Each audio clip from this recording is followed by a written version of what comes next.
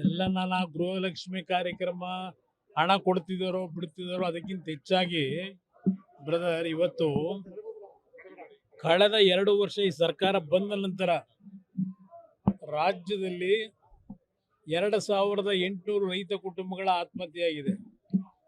ಇತ್ತೀಚೆಗೆ ಅದರ ಬಗ್ಗೆ ಯಾರು ಗಮನ ಹರಿಸ್ತಾ ಇಲ್ಲ. ಇತ್ತೀಚೆಗೆ ಒಂದು ಸರ್ವೆ ರಿಪೋರ್ಟ್ ಏನು ಬಂದಿದೆ, 2800 ರೈತ ಕುಟುಂಬದ ಆತ್ಮಹತ್ಯೆ. ಇದು ಈ ಸರ್ಕಾರ ಗೃಹಲಕ್ಷ್ಮಿ ಯೋಜನೆ ಪಂಚ ಗ್ಯಾರಂಟಿಗಳನ್ನ ಕೊಡ್ತಕ್ಕಂಥ ಮುಖಾಂತರ ರೈತರ ಪರಿಸ್ಥಿತಿ ಎಲ್ಲಿಗೆ ತಂದಿಟ್ಟಿದ್ದಾರೆ ಅನ್ನೋದು ಮತ್ತೆ ಪುನಃ ನೀವು ನೋಡ್ತಾ ಇದ್ದೀರಿ. ಅದಷ್ಟೇ ಅಲ್ಲ, ಈ ಸರ್ಕಾರ ಹೇಳಿತು ಸಹಕಾರಿ ಬ್ಯಾಂಕ್ನಲ್ಲಿ ಸುಮಾರು 32 ಲಕ್ಷ ಕುಟುಂಬಗಳಿಗೆ 24,000 ಕೋಟಿ ರೂಪಾಯಿಗಳ ಸಾಲ ಕೊಡ್ತೀವಿ ಅಂದ್ರು ರೈತರಿಗೆ. ನವೆಂಬರ್ ತಿಂಗಳವರೆಗೆ ಕೊಟ್ಟಿರೋದೆಷ್ಟು? 12,000 ಕೋಟಿ ಕೊಟ್ಟಿದ್ದಾರೆ. ಅಂದ್ರೆ ಈ ಬುಕ್ಸ್ ಆಫ್ ಅಕೌಂಟ್ ಬದಲಾವಣೆ ಇದೆಯಲ್ಲ, ಸಾಲ ಏನು ಕೊಟ್ಟಿಲ್ಲ ಹೊಸದಾಗಿ, ಆ ಬುಕ್ಸ್ ಆಫ್ ಅಕೌಂಟ್ ನಲ್ಲಿ ಇರ್ತಕ್ಕಂಥದ್ದನ್ನ ಅಲ್ಲಿ ತಿದ್ಕೊಂಡು ಇಟ್ಕೊಂಡು ಕೂತ್ಕೊಂಡಿದ್ದಾರೆ. ಇದರಿಂದ ರೈತರ ಪರಿಸ್ಥಿತಿ ಏನಾಗಬೇಕು? ಇದು ನನ್ನ ಚಿಂತನೆ. ಇವ್ರ ಕಾರ್ಯಕ್ರಮ ಗೃಹಲಕ್ಷ್ಮಿ ದುಡ್ಡು ಕೊಟ್ರೋ ಬಿಟ್ರು ಅದೆಲ್ಲ ಮುಖ್ಯ. ಅವರು ಒಟ್ಟಿಗೆ ಕೊಡ್ತಾರೆ. ಒಟ್ಟಿಗೆ ಕೊಟ್ರೆ ಅವ್ರನ್ನ ಜ್ಞಾಪಕದಲ್ಲಿ ಇಟ್ಕೊತಾರಲ್ಲ ಜನ. ಅದಕ್ಕೆ ಒಟ್ಟೊಟ್ಟಿಗೆ 3 ತಿಂಗಳು 4 ತಿಂಗಳು ಯಾರು ಚುನಾವಣೆ ಬಂದಾಗ, ಈಗ ಜಿಲ್ಲಾ ಪಂಚಾಯತಿ ತಾಲೂಕ್ ಪಂಚಾಯತಿ ಚುನಾವಣೆ ನಡೆಸಬೇಕಾದ ಅನಿವಾರ್ಯತೆ ಬಂದ್ರೆ ಆಗ 4-5 ತಿಂಗಳು ಒಟ್ಟಿಗೆ ಸೇರಿ ಕೊಟ್ಟರೆ ಓಟ್ ಹಾಕ್ತಾರೆ ಅಂತ ಅವ್ರ ತಲೆ ಹೊಡೆ. ನೋಡಿ, ನನಗೆ ಅವ್ರ ಸವಾಲುಗಳು ಅವೆಲ್ಲ ಅವಶ್ಯಕತೆ ಇಲ್ಲ. ನನ್ನ ಕೆಲಸ ಏನ್ ಮಾಡ್ಬೇಕು ನಾ ಮಾಡ್ತೀನಿ.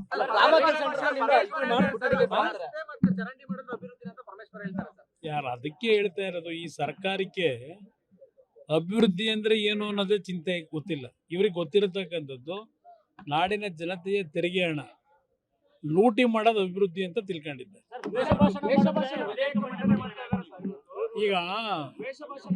ಈಗ ಮೊದಲು ಮೊನ್ನೆ ನಡೆದಿದೆಯಲ್ಲ, ಗೌರವಿತ ಪ್ರಧಾನಮಂತ್ರಿಗಳ ಮರ್ಡರ್ ಮಾಡಬೇಕು ಅಂತ ಹೇಳಿ ಕಾಂಗ್ರೆಸ್ನ ಕಾರ್ಯಕರ್ತರು ಅಲ್ಲೆಲ್ಲ ಕೂಗಿದ್ದಾರಲ್ಲ, ಮಾಡ್ತೀವಿ ಅಂತ ಹೇಳಿ. ಮೊದಲು ಅದ್ರ ಮೇಲೆ ಆಕ್ಷನ್ ತಗೊಳಕ್ ಹೇಳಿ ಸರ್ಕಾರಕ್ಕೆ.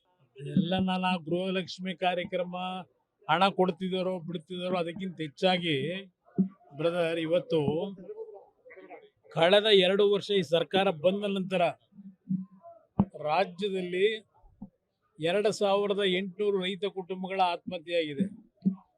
ಇತ್ತೀಚೆಗೆ ಅದರ ಬಗ್ಗೆ ಯಾರು ಗಮನ ಹರಿಸ್ತಾ ಇಲ್ಲ. ಇತ್ತೀಚೆಗೆ ಒಂದು ಸರ್ವೆ ರಿಪೋರ್ಟ್ ಏನು ಬಂದಿದೆ, 2800 ರೈತ ಕುಟುಂಬದ ಆತ್ಮಹತ್ಯೆ. ಇದು ಈ ಸರ್ಕಾರ ಗೃಹಲಕ್ಷ್ಮಿ ಯೋಜನೆ ಪಂಚ ಗ್ಯಾರಂಟಿಗಳನ್ನ ಕೊಡ್ತಕ್ಕಂಥ ಮುಖಾಂತರ ರೈತರ ಪರಿಸ್ಥಿತಿ ಎಲ್ಲಿಗೆ ತಂದಿಟ್ಟಿದ್ದಾರೆ ಅನ್ನೋದು ಮತ್ತೆ ಪುನಃ ನೀವು ನೋಡ್ತಾ ಇದ್ದೀರಿ.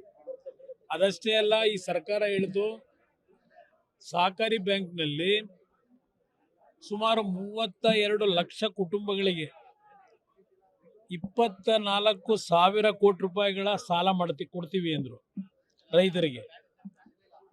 ನವೆಂಬರ್ ತಿಂಗಳವರೆಗೆ ಕೊಟ್ಟಿರೋದೆಷ್ಟು? 12,000 ಕೋಟಿ ಕೊಟ್ಟಿದ್ದಾರೆ. ಅಂದ್ರೆ ಈ ಬುಕ್ಸ್ ಆಫ್ ಅಕೌಂಟ್ ಬದಲಾವಣೆ ಇದೆಯಲ್ಲ, ಸಾಲ ಏನು ಕೊಟ್ಟಿಲ್ಲ ಹೊಸದಾಗಿ, ಆ ಬುಕ್ಸ್ ಆಫ್ ಅಕೌಂಟ್ ನಲ್ಲಿ ಇರ್ತಕ್ಕಂಥದ್ದನ್ನ ಅಲ್ಲಿ ತಿದ್ಕೊಂಡು ಇಟ್ಕೊಂಡು ಕೂತ್ಕೊಂಡಿದ್ದಾರೆ. ಇದರಿಂದ ರೈತರ ಪರಿಸ್ಥಿತಿ ಏನಾಗಬೇಕು? ಇದು ನನ್ನ ಚಿಂತನೆ. ಇವ್ರ ಕಾರ್ಯಕ್ರಮ ಗೃಹಲಕ್ಷ್ಮಿ ದುಡ್ಡು ಕೊಟ್ರೋ ಬಿಟ್ರು ಅದೆಲ್ಲ ಮುಖ್ಯ. ಅವರು ಒಟ್ಟಿಗೆ ಕೊಡ್ತಾರೆ. ಒಟ್ಟಿಗೆ ಕೊಟ್ರೆ ಅವ್ರನ್ನ ಜ್ಞಾಪಕದಲ್ಲಿ ಇಟ್ಕೊತಾರಲ್ಲ ಜನ. ಅದಕ್ಕೆ ಒಟ್ಟೊಟ್ಟಿಗೆ 3 ತಿಂಗಳು 4 ತಿಂಗಳು ಯಾರು ಚುನಾವಣೆ ಬಂದಾಗ, ಈಗ ಜಿಲ್ಲಾ ಪಂಚಾಯತಿ ತಾಲೂಕ್ ಪಂಚಾಯತಿ ಚುನಾವಣೆ ನಡೆಸಬೇಕಾದ ಅನಿವಾರ್ಯತೆ ಬಂದ್ರೆ ಆಗ 4-5 ತಿಂಗಳು ಒಟ್ಟಿಗೆ ಸೇರಿ ಕೊಟ್ಟರೆ ಓಟ್ ಹಾಕ್ತಾರೆ ಅಂತ ಅವ್ರ ತಲೆ ಹೊಡೆ. ನೋಡಿ, ನನಗೆ ಅವ್ರ ಸವಾಲುಗಳು ಅವೆಲ್ಲ ಅವಶ್ಯಕತೆ ಇಲ್ಲ. ನನ್ನ ಕೆಲಸ ಏನ್ ಮಾಡ್ಬೇಕು ನಾ ಮಾಡ್ತೀನಿ.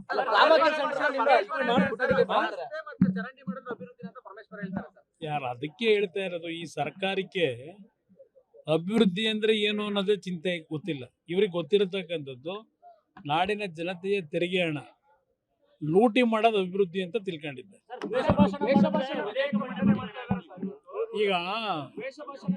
ಈಗ ಮೊದಲು ಮೊನ್ನೆ ನಡೆದಿದೆಯಲ್ಲ, ಗೌರವಿತ ಪ್ರಧಾನಮಂತ್ರಿಗಳ ಮರ್ಡರ್ ಮಾಡಬೇಕು ಅಂತ ಹೇಳಿ ಕಾಂಗ್ರೆಸ್ನ ಕಾರ್ಯಕರ್ತರು ಅಲ್ಲೆಲ್ಲ ಕೂಗಿದ್ದಾರಲ್ಲ, ಮಾಡ್ತೀವಿ ಅಂತ ಹೇಳಿ ಮೊದಲು ಅದ್ರ ಮೇಲೆ ಆಕ್ಷನ್ ತಗೊಳಕ್ ಹೇಳಿ ಸರ್ಕಾರಕ್ಕೆ. ಎಲ್ಲ ನಾನು ಗೃಹಲಕ್ಷ್ಮಿ ಕಾರ್ಯಕ್ರಮ ಹಣ ಕೊಡ್ತಿದ್ದಾರೋ ಬಿಡ್ತಿದ್ದಾರೋ ಅದಕ್ಕಿಂತ ಹೆಚ್ಚಾಗಿ ಬ್ರದರ್, ಇವತ್ತು ಕಳೆದ 2 ವರ್ಷ ಈ ಸರ್ಕಾರ ಬಂದ ನಂತರ ರಾಜ್ಯದಲ್ಲಿ 2800 ರೈತ ಕುಟುಂಬಗಳ ಆತ್ಮಹತ್ಯೆಯಾಗಿದೆ. ಇತ್ತೀಚೆಗೆ ಅದರ ಬಗ್ಗೆ ಯಾರು ಗಮನ ಹರಿಸ್ತಾ ಇಲ್ಲ. ಇತ್ತೀಚೆಗೆ ಒಂದು ಸರ್ವೆ ರಿಪೋರ್ಟ್ ಏನು ಬಂದಿದೆ, 2800 ರೈತ ಕುಟುಂಬದ ಆತ್ಮಹತ್ಯೆ. ಇದು ಈ ಸರ್ಕಾರ ಗೃಹಲಕ್ಷ್ಮಿ ಯೋಜನೆ ಪಂಚ ಗ್ಯಾರಂಟಿಗಳನ್ನ ಕೊಡ್ತಕ್ಕಂಥದ್ರ ಮುಖಾಂತರ ರೈತರ ಪರಿಸ್ಥಿತಿ ಎಲ್ಲಿಗೆ ತಂದಿಟ್ಟಿದ್ದಾರೆ ಅನ್ನೋದು ಮತ್ತೆ ಪುನಃ ನೀವು ನೋಡ್ತಾ ಇದ್ದೀರಿ.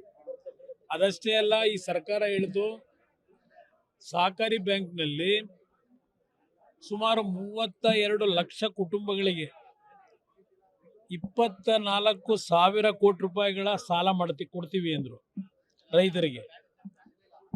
ನವೆಂಬರ್ ತಿಂಗಳವರೆಗೆ ಕೊಟ್ಟಿರೋದು ಎಷ್ಟು?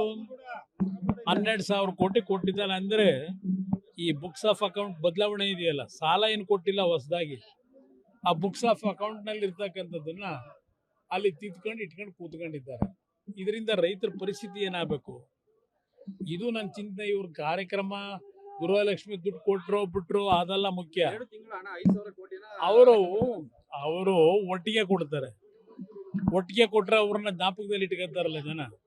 ಅದಕ್ಕೆ ಒಟ್ಟೊಟ್ಟಿಗೆ 3 ತಿಂಗಳು 4 ತಿಂಗಳು ಯಾರು ಚುನಾವಣೆ ಬಂದಾಗ, ಈಗ ಜಿಲ್ಲಾ ಪಂಚಾಯತಿ ತಾಲೂಕ್ ಪಂಚಾಯತಿ ಚುನಾವಣೆ ನಡೆಸಬೇಕಾದ ಅನಿವಾರ್ಯತೆ ಬಂದ್ರೆ ಆಗ 4-5 ತಿಂಗಳು ಒಟ್ಟಿಗೆ ಸೇರಿ ಕೊಟ್ರೆ ಓಟ್ ಹಾಕ್ತಾರೆ ಅಂತ ಅವ್ರ ತಲೆ ನೋಡಿ.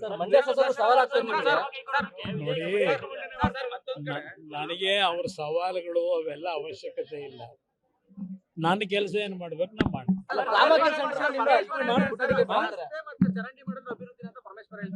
ಯಾರು ಅದಕ್ಕೆ ಹೇಳ್ತಾ ಇರೋದು, ಈ ಸರ್ಕಾರಕ್ಕೆ ಅಭಿವೃದ್ಧಿ ಅಂದ್ರೆ ಏನು ಅನ್ನೋದೇ ಚಿಂತೆ ಗೊತ್ತಿಲ್ಲ. ಇವ್ರಿಗೆ ಗೊತ್ತಿರತಕ್ಕಂಥದ್ದು ನಾಡಿನ ಜನತೆಯ ತೆರಿಗೆ ಹಣ ಲೂಟಿ ಮಾಡೋದು ಅಭಿವೃದ್ಧಿ ಅಂತ ತಿಳ್ಕೊಂಡಿದ್ದೆ.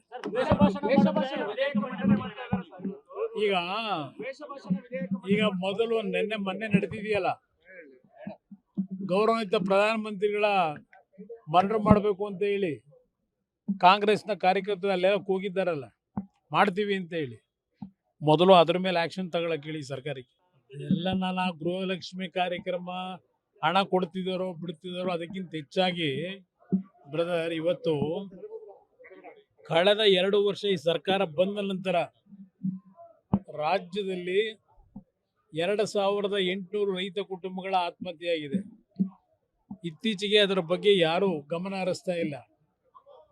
ಇತ್ತೀಚೆಗೆ ಒಂದು ಸರ್ವೆ ರಿಪೋರ್ಟ್ ಏನು ಬಂದಿದೆ, 2800 ರೈತ ಕುಟುಂಬದ ಆತ್ಮಹತ್ಯೆ. ಇದು ಈ ಸರ್ಕಾರ ಗೃಹಲಕ್ಷ್ಮಿ ಯೋಜನೆ ಪಂಚ ಗ್ಯಾರಂಟಿಗಳನ್ನ ಕೊಡ್ತಕ್ಕಂಥದ್ರ ಮುಖಾಂತರ ರೈತರ ಪರಿಸ್ಥಿತಿ ಎಲ್ಲಿಗೆ ತಂದಿಟ್ಟಿದ್ದಾರೆ ಅನ್ನೋದು ಮತ್ತೆ ಪುನಃ ನೀವು ನೋಡ್ತಾ ಇದ್ದೀರಿ. ಅದಷ್ಟೇ ಅಲ್ಲ, ಈ ಸರ್ಕಾರ ಹೇಳಿತು ಸಹಕಾರಿ ಬ್ಯಾಂಕ್ನಲ್ಲಿ ಸುಮಾರು 32 ಲಕ್ಷ ಕುಟುಂಬಗಳಿಗೆ 24,000 ಕೋಟಿ ರೂಪಾಯಿಗಳ ಸಾಲ ಕೊಡ್ತೀವಿ ಅಂದ್ರು ರೈತರಿಗೆ. ನವೆಂಬರ್ ತಿಂಗಳವರೆಗೆ ಕೊಟ್ಟಿರೋದು ಎಷ್ಟು? 12,000 ಕೋಟಿ ಕೊಟ್ಟಿದ್ದಾರೆ. ಅಂದ್ರೆ ಈ ಬುಕ್ಸ್ ಆಫ್ ಅಕೌಂಟ್ ಬದಲಾವಣೆ ಇದೆಯಲ್ಲ, ಸಾಲ ಏನು ಕೊಟ್ಟಿಲ್ಲ ಹೊಸದಾಗಿ, ಆ ಬುಕ್ಸ್ ಆಫ್ ಅಕೌಂಟ್ ನಲ್ಲಿ ಇರ್ತಕ್ಕಂಥದ್ದನ್ನ ಅಲ್ಲಿ ತಿದ್ಕೊಂಡು ಇಟ್ಕೊಂಡು ಕೂತ್ಕೊಂಡಿದ್ದಾರೆ. ಇದರಿಂದ ರೈತರ ಪರಿಸ್ಥಿತಿ ಏನಾಗಬೇಕು? ಇದು ನನ್ನ ಚಿಂತನೆ. ಇವ್ರ ಕಾರ್ಯಕ್ರಮ ಗೃಹಲಕ್ಷ್ಮಿ ದುಡ್ಡು ಕೊಟ್ರು ಬಿಟ್ರು ಅದೆಲ್ಲ ಮುಖ್ಯ. ಅವರು ಒಟ್ಟಿಗೆ ಕೊಡ್ತಾರೆ. ಒಟ್ಟಿಗೆ ಕೊಟ್ರೆ ಅವ್ರನ್ನ ಜ್ಞಾಪಕದಲ್ಲಿ ಇಟ್ಕೊತಾರಲ್ಲ ಜನ. ಅದಕ್ಕೆ ಒಟ್ಟೊಟ್ಟಿಗೆ 3 ತಿಂಗಳು 4 ತಿಂಗಳು ಯಾರು ಚುನಾವಣೆ ಬಂದಾಗ, ಈಗ ಜಿಲ್ಲಾ ಪಂಚಾಯತಿ ತಾಲೂಕ್ ಪಂಚಾಯತಿ ಚುನಾವಣೆ ನಡೆಸಬೇಕಾದ ಅನಿವಾರ್ಯತೆ ಬಂದ್ರೆ ಆಗ 4-5 ತಿಂಗಳು ಒಟ್ಟಿಗೆ ಸೇರಿ ಕೊಟ್ರೆ ಓಟ್ ಹಾಕ್ತಾರೆ ಅಂತ ಅವ್ರ ತಲೆ ನೋಡಿ.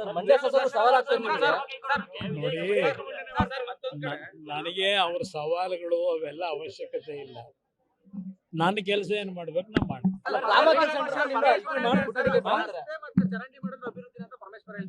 ಯಾರು ಅದಕ್ಕೆ ಹೇಳ್ತಾ ಇರೋದು, ಈ ಸರ್ಕಾರಕ್ಕೆ ಅಭಿವೃದ್ಧಿ ಅಂದ್ರೆ ಏನು ಅನ್ನೋದೇ ಚಿಂತೆ ಗೊತ್ತಿಲ್ಲ. ಇವ್ರಿಗೆ ಗೊತ್ತಿರತಕ್ಕಂಥದ್ದು ನಾಡಿನ ಜನತೆಯ ತೆರಿಗೆ ಹಣ ಲೂಟಿ ಮಾಡೋದು ಅಭಿವೃದ್ಧಿ ಅಂತ ತಿಳ್ಕೊಂಡಿದ್ದೆ.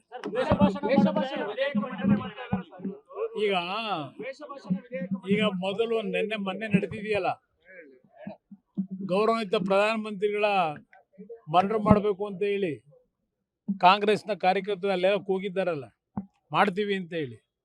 ಮೊದಲು ಅದ್ರ ಮೇಲೆ ಆಕ್ಷನ್ ತಗೊಳಕ್ ಹೇಳಿ ಸರ್ಕಾರಕ್ಕೆ.